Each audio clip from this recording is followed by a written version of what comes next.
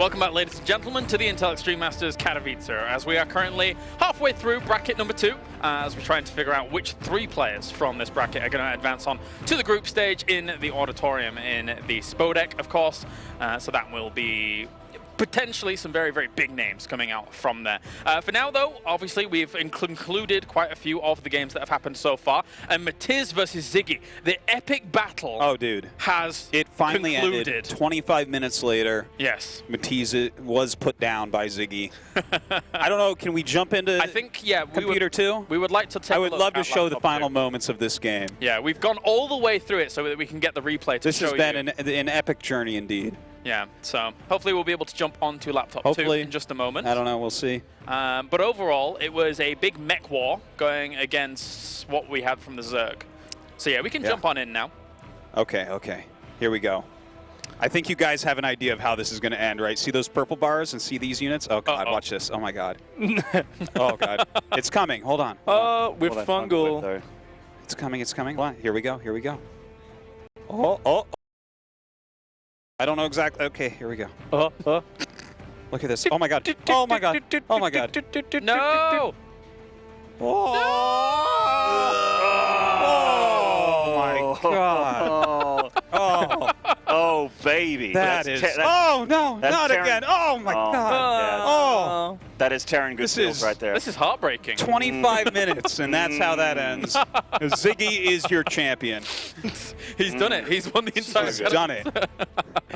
Let's just crown the champion right now. Yeah, perfect. Well, of course, we do have more matches coming up very soon. Likewise, on the desk, we're going to be trying to get into some of those matches as they continue on. But our next match on this stream is going to be PiLiPiLi going up against uThermal. Now, PiLiPiLi coming off the win against Sort of here so far, so not doing too badly at all. And this is a qualifying match. So whoever is able to advance on through will join the rest of them in Katowice. I gotta mention, like, Hero Marine against a laser. Hero Marine has really been showing up for like a whole year now. Like, yeah. Isn't he retired technically right now? Because of studies, you mean? Yeah, he was saying, he's like, you know, I'm only like playing a couple tournaments. I'm not really doing it as much. But here he is delivering once again in this qualifying match. It's funny to me. He's still that 15-year-old guy I knew 4 years ago. Yeah. He's now 19 years old. I'm looking at him like, this is just weird. But he did have a very good year last year. Yeah, he really did. So, or definitely better than the previous years he had. I think he had a 3rd and 4th at WCS somewhere. Yeah, no, he got super deep. Like Montreal. Yeah, top 4. Yeah.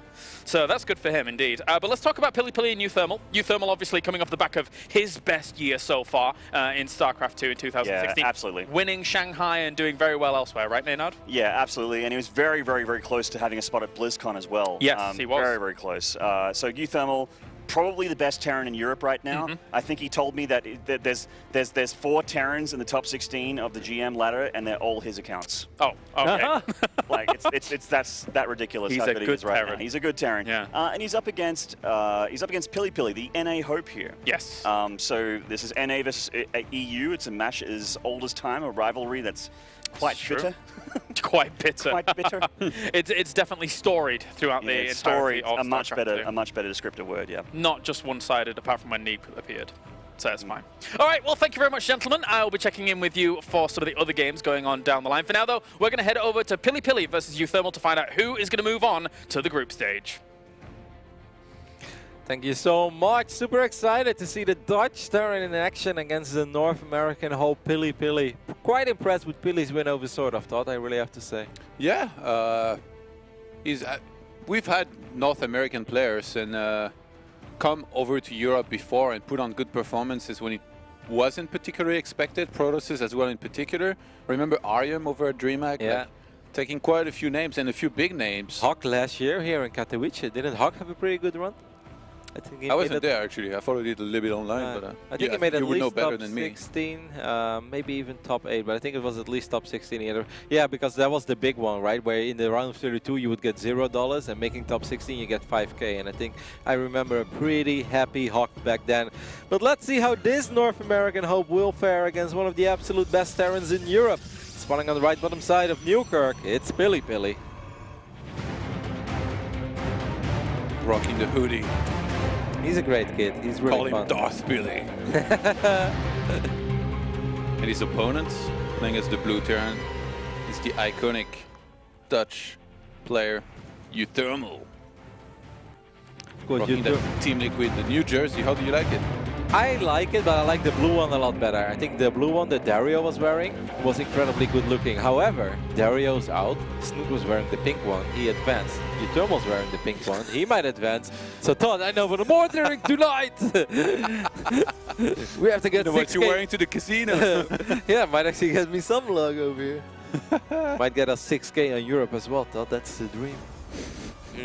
It's really cool to see PiLiPiLi representing Storm Gaming here, a team that obviously had some success already with, well, some success, a lot of success with True last year at WCS Montreal. But it's really good to see it not just being a community team, right? They definitely have their fair share of very competitive pro players.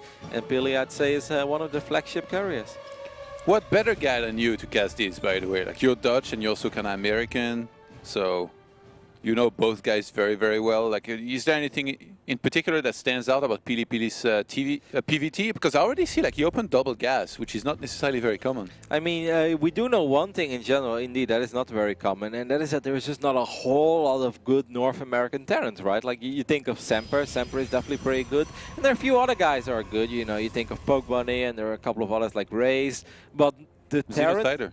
Yeah, Zeno used to. I mean, Zeno's too busy right now predicting how many points the Clippers are going to make tonight. Like, he's very good at that. But so you don't see Pili that much in that matchup. You're going to see him a lot more often in PvZ. You know, when you think of the strong North Americans, you think of obviously True when he's there, but also guys like Jon Snow, Panda BME. So PvT is not a matchup I see him incredibly often in, and I also don't think it's a matchup which he really fares that well in. And then going up against uThermal, I think it's going to be a rough series for him because Mark is just so fast. We all know once uThermal starts dropping, it doesn't stop. And I think that can be incredibly hard to keep up with. But there's also a mystery factor, I think, from uThermal going up against somebody like PiLiPiLi might not be necessarily that familiar with. So we see a Stargate, which was to be expected when you open for double gas like this. You know, you don't need the gas to go into like some kind of super fast blink or even DTs. The Adept and the Mothership Core are going to try to be annoying. This also makes it a little bit hard to be safe at home because now he has absolutely nothing. This Mothership Core will delay the Star Pit a little bit, so that's nice. The Adept, however, won't get in. I think this is a little bit risky because I think there's a good chance Pili is going to lose a worker or two on the other side of the map. This Mothership Core is going to be in a little bit of trouble, Todd. Yeah, he was not microing it perfectly. He might actually... Oh, I thought he was going to recall the Adept by accident, but he's still out there on the natural base being annoying. Didn't lose. Oh, he's going to lose that? He didn't lose anything at home, so that's good news. But yeah, losing the Adept, being forced to recall, I don't think this was a dream scenario. Obviously, he did get a good scout off, and he knows he has to be careful with the Oracle because there's a good chance of Widow Mines. Yeah, I think you always hope for a little bit more when you open up like this as a Protoss. He knows there's going to be a Widow Mine drop, and usually that's as good as knowing the Grim Reaper is coming for you. He watched that video in the ring, and he got the phone call. Who's the Grim Reaper? I missed it. I'm sorry. Like he's the guy, like, you know, his death. Oh, like death okay, coming for you. yeah, I've seen. yeah, he's cool. I've seen him in multiple cartoons, but I don't know what it's all about. So 2 Widow Mines. Did he leave that one mine? No, he picked both of them up. So uThermal is really not going to have a whole lot of anti here. Is that correct, Todd? Oh my God, we've seen this before. Oracle's flying it and starting to snipe SCVs. I don't know if uThermal is going to be able to stabilize from here, Roddy. Pili's obviously a little bit paranoid. He's like, it's never that easy. They always have a mine somewhere, but this time there was no mine. Now let's see what the Widow Mine drop in the main base is able to do. Photon Overcharge is late to the party, yeah, Pili. That's the same reaction as me. 2 no workers reaction. is not that bad. 2 workers is not bad. Oh, the Phoenix is going to make this kind of hard for uThermal. He's going to have to fly back with the Oracle to detect it. Wait, actually, no, that's still alive. But those Widow Mines actually being spread out, he can't use detection on both of them. Yeah. And he's not making any more Oracle, actually. And behind this, I mean, uThermal always love doing those big 2-base pushes. I don't think uThermal's going to fall for that. He's just going to focus, right? No, wow. I'm surprised. I'd say that's like the most important thing in the game currently. What is he doing? Yeah. He misrallied his SCVs. It's interesting. uThermal was always a big fan of Liberator tank and a lot of bio big pushes on 2 bases for the longest time with a ton of Marines. But as of late, we haven't seen that as much. I don't know if you watched Innovation stream recently, but Innovation does that with Liberators and a lot of Widow Mines instead of tanks. But uThermal is going to stick to his older version of that with the tanks. And he's already made quite a few. Yeah, what do you think of PiLiPiLi taking his Nexus where he actually took it? He doesn't take it on the low ground like we see most of the time. Instead, he's taking it on the right top side. Would you say that is because he is afraid of a strong 2-base push? Yeah, I think he wants to make it harder for uThermal to set up towards that location. These mines are really starting to rack up some kills together, right? Yeah. I think it's in total like 7 now. He didn't get that one massive hit, but 7 work kills in total. Also forcing the Oracle to be at home. He's gonna drain all the energy. It's almost there. It should be in time. 3, 2, 1. You gotta drop it right now. Yeah, +1 resonating glaze on the way as well. And probably some more gateways here would be nice for PiLiPiLi because his economy is going to be pretty good across 3 bases with some good saturation. Right now he's only on 3 gates. I would say like 4 more at least would be nice. And he's still making Phoenixes as well, so he's going to be able to spend some of his money like that. And he's also going to be able to get his first Observer out soon. It's going to be interesting. It truly comes down to execution. It's pretty straightforward what uThermal is going to do here. He's going to build up a pretty strong, powerful Terran army. He's going to run across the map and he's going to try to win the game. I don't like that so many Protosses, they make, I feel, too many probes against this. Like 58 is too much across 3 bases. You could have already cut a while back and made the gates in advance. Like, look at how late those gates are in the production tab. That's going to be adepts coming out way later than they should be coming out against a Terran that's been producing out of factory, starport, multiple barracks, and that's going to have just way more army supply with stronger units. Yeah, if PiLi can get a good engagement though, Todd, like this Terran army is big, but it's not invincible, especially if you lift a tank or two, or maybe able to intercept a medevac, or maybe able to pick up a medevac before the big battle starts. PiLi right now is guessing, he's like, where is this army? And it would really make his life so much easier if he can get his units in the right position. The pilot, however, is going to reveal this Terran army on the north side. Scan is going to be thrown down. Is uThermal going to go for it or not? It's actually kind of afraid, yeah, he pulled back. Yeah. That's the sickest bluff, by the way, like those shades going forward. Like nobody's ever gonna shade right now. Oh, I think in this position. You Yeah, haven't seen my games though. You know that no movie, hesitation. You know that movie A Bridge Too Far? It's a classic World War II. A shade too far. That's me. Just go for it, man. You make patience is blink forward look like That's penis, man. a safe move Yeah, comparison. uThermal was actually going to go for some crazy action. This is really risky play against Phoenixes. I do It's really like weird it. that he pulled back and he's just kind of sitting up there, by the way. Like, Yeah, but the army is in the dark. It's not being revealed. Oh, the Phoenix is getting awfully close to okay, this it's army. not weird anymore. It Oh. all makes sense now. The Phoenixes are close by, but this is actually gonna fly right past the unit. No, that's so unfortunate. He has to unload immediately. A lot of pylons here, though. Triple fault and overcharge would hurt like hell. And that's exactly what we're getting to see. At least uThermal didn't unload everything here. But I still think there's enough Protoss to defend in the main. Is there enough Protoss to defend on the north side? You gotta use He's hitting the north and the south right now. Adept's gonna shade forward, but not quite close enough to those tanks, and the Immortal was not shooting at those either. Only 8 probes died so far. If PiLiPiLi can hold on and really stabilize here. Well, he has to That make could be sure he okay. takes care of the tanks, and that's exactly what he does. Oh, the Phoenix is still alive. If he doesn't lose the Phoenixes, which he didn't, that's excellent by PiLi. I mean, now he can truly enjoy his triple Nexus. Yes, he lost a whole bunch of probes, but he can easily replace those being on 3 bases. Well done by PiLi. And I love that he queued +1 ground armor behind the +1 attack, by the way. It's going to be, I think, 1 upgrade ahead, because uThermal doesn't have his own level 1 armor, so he's going to have to catch up on that here eventually. Actually surprised how fast this third CC finished. I felt like the last time we checked it was only halfway done and the SCV was even being picked off. So uThermal definitely still in this game. Some would even say that maybe that was a good trade for him, because the next fight is going to be a lot harder when you have to worry about 6-7 mines. But uThermal did lose a lot of very expensive units there. Oh, It's very common when Protoss place Adept Phoenix to actually attack here at this timing. When you're set up on 3 bases, you have a ton of Adept plus Phoenixes, but in this case, it's a trap. So many mines. Oh my god, there's way too many mines here. I don't think there's enough firepower left in these Adepts. Phoenix is going to go forward. A couple of mines haven't shot yet though, and Phoenix is clumped like crazy. I think this is a very bad fight for PiLi. Getting a flashback from Lilbo against uThermal at, I think it was Home Story Cup. Remember that game? Like a ton of Phoenixes just got blown up instantly. Yep, on that Overwatch style map. I forgot the name of it, but we saw the whole bunch. Really?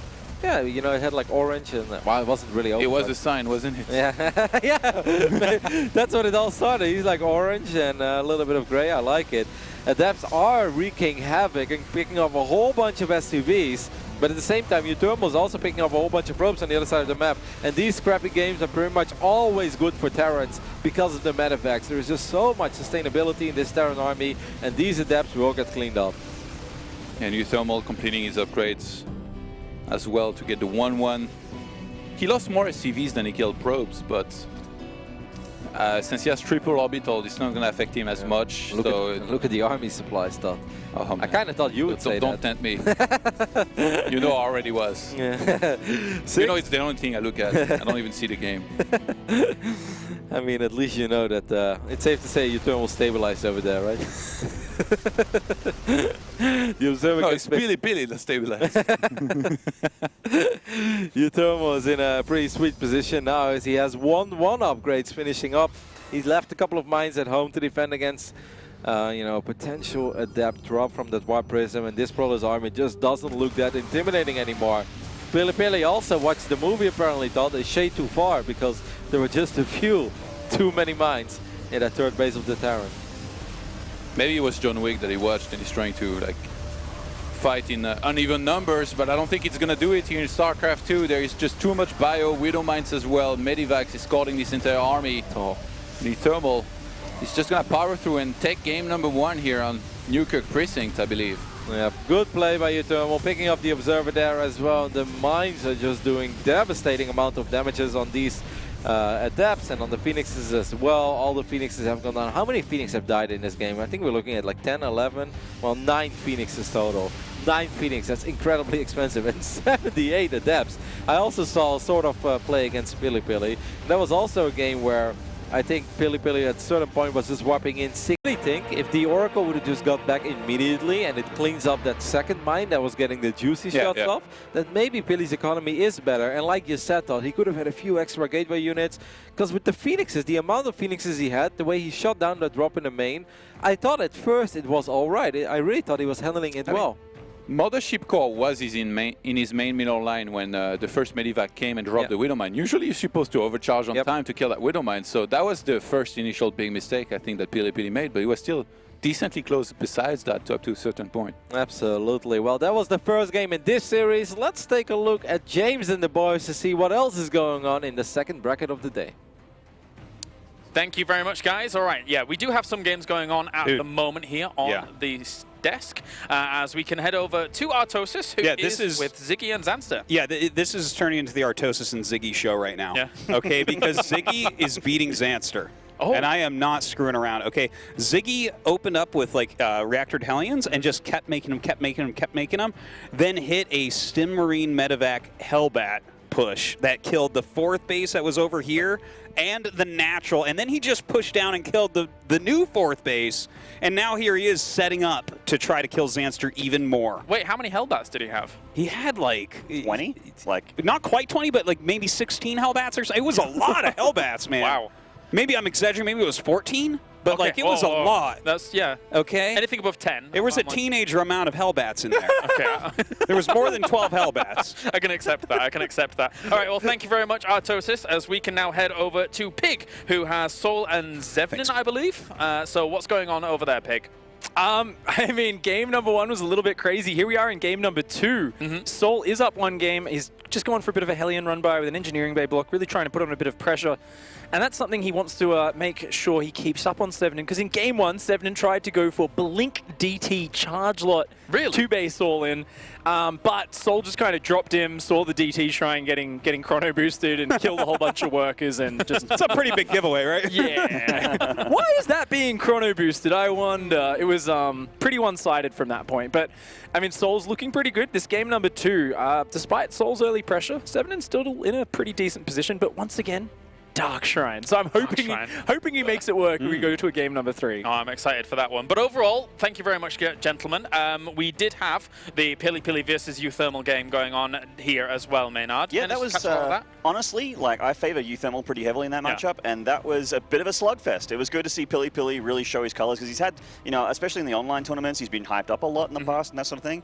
But he is finally showing at a LAN, a big LAN, by the way, on the other side of the world, that he is really worth his weight as a Protoss player. He's doing a very good job against the best Terran in Europe. Hooded and evil is the best way to look at that. Darth PiLiPiLi. Well, thank you very much, gentlemen. We'll check in with you in just a moment's time. For now, though, we're going to head back to game number 2 here between PiLiPiLi and uThermal to see who advances on. Thanks, guys. Really looking forward to the next Artosis and Ziggy show. That was pretty sick. I'm getting really caught up in the Ziggy show as well. I just love it, man. Look at Dan. He's so excited. He's like used to casting innovation all the time. He's like, guys, going to be innovation really cool. But look at his face when he's casting Ziggy, or at least reporting about Ziggy. I love it. He feels like he made a new friend, but Ziggy doesn't even know him personally. Meanwhile, Ziggy they have a connection. Ziggy goes on like netwise.pl. He's like, God, I can't stand Artosis. Like the worst caster ever. I'm just like, come on, man. I'm having you back over here. No, it's great. I love it. But here's what I'm looking forward to even more. This game here, Roddy, on Belcher Vestige. Starting in the bottom right-hand side of the map. He's down 1 game, and he needs to start bringing it back. It's PiLiPiLi. Of course, for everybody that just joined us, this is an upper bracket match. It means that even if these guys lose and won't make it to the group stage, they already secured themselves $600. So that's very nice, but obviously you want to qualify for the group stage.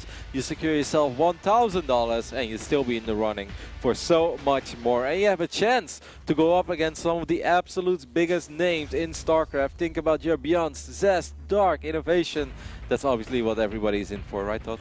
Yeah, absolutely. The money, the esports earnings, man, that's what it's all about. I've always said it.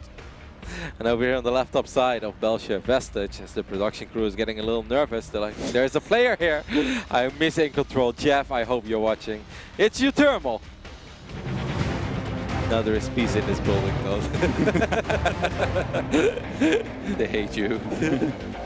No, they hate Jeff. It's okay, everybody else loves him. No early on scout here from either player. First scout is going to be from PiLiPiLi after dropping down the Nexus. And just this time around is the more standard build. No quick 2 gases. It's just Cybercore after the Nexus.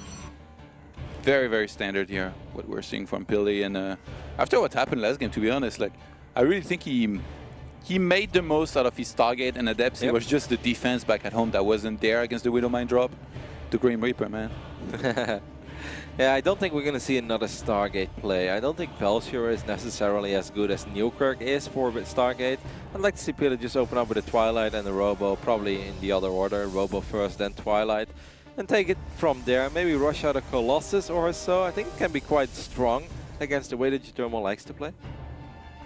It's very hard to find weaknesses in uThermal's play. Like, his style is also a little bit unconventional, so even if you practice a ton against a Terran that plays standard a lot, you're still gonna struggle, I think, against him. He likes to come into 2 bases for quite a bit. There are weaknesses to this, but like I said, you know, they're very hard to find, and also like you're not sure what variation of the push he might go for. In the previous game, he was with the tanks. I do think that if he had defended better against the Widowmines, he had cut probes earlier and made more gates before he made them, he would have been able to do better than he did. So maybe this game he's able to do that.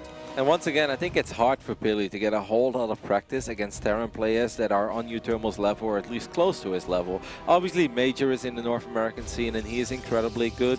And you have to mention Semper, but other than that, North America is not the scene where you're looking at 7, 8, 9 great Terran players. I love Nate, but I don't think the Battlecruiser builds truly resemble and doesn't really get you ready for uThermal. Does it not? I mean, there's a couple of other decent Terrans, like I mentioned before, like Raze and Pokebunny and stuff, but, you know, they're not uThermal. Well, that's actually a little bit sloppy there. Photon Overcharge being used and the Reaper did not die.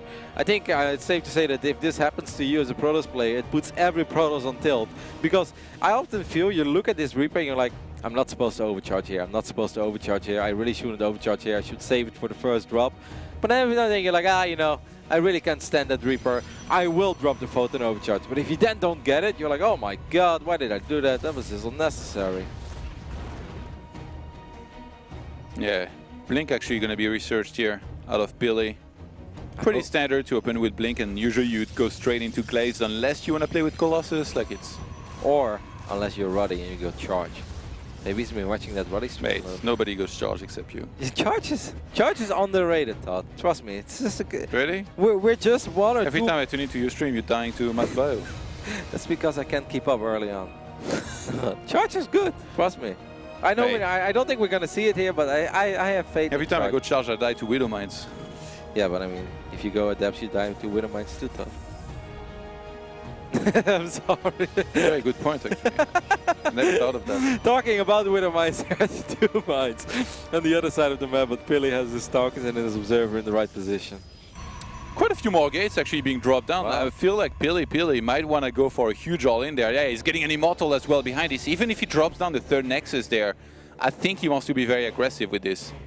Yeah. What's the total amount of gateways? Was he on 3 on the first place? So that would be 7? Ooh.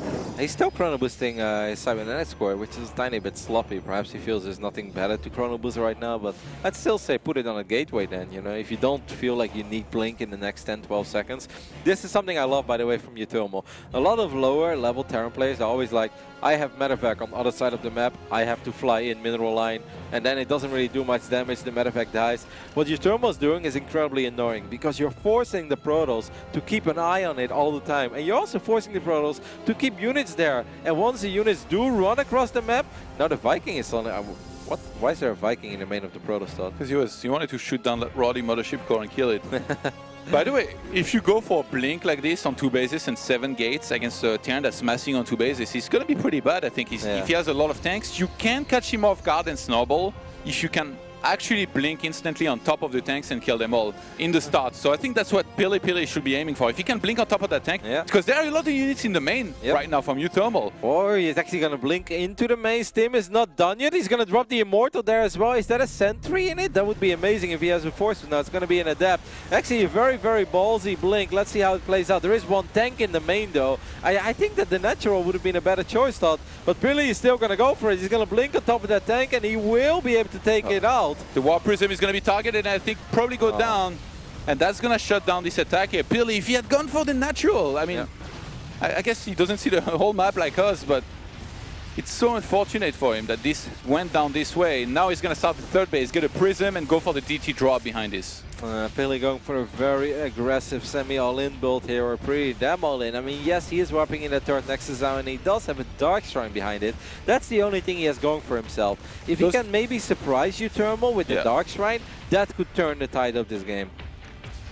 Does uThermal, seeing that there is Blink Stalkers, realize that there could be a Dark Shrine, which, I mean, is a pretty clear transition out of this. Yeah, but there was also some turrets. There was also an Immortal, and I feel most of the time when you see that many Stalkers and an Immortal, the first thing you think about is not necessarily a Dark Shrine.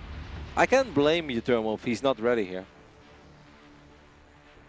Yeah, I mean, that's how you lose ladder games, though, right? Like, and there are some Protoss that like DTs more than other Protosses, right? Well, but you could absolutely say, if you're uThermal right now and you killed that many Stalkers and you really didn't lose that much and you have your 3rd CC finished up, you can ask yourself the good old question, what could I still lose to? And Dark Templars are obviously one of the things he could still lose to. I think he saw it there, by the way. He has 1 missile turret on the way. Really bad, yeah.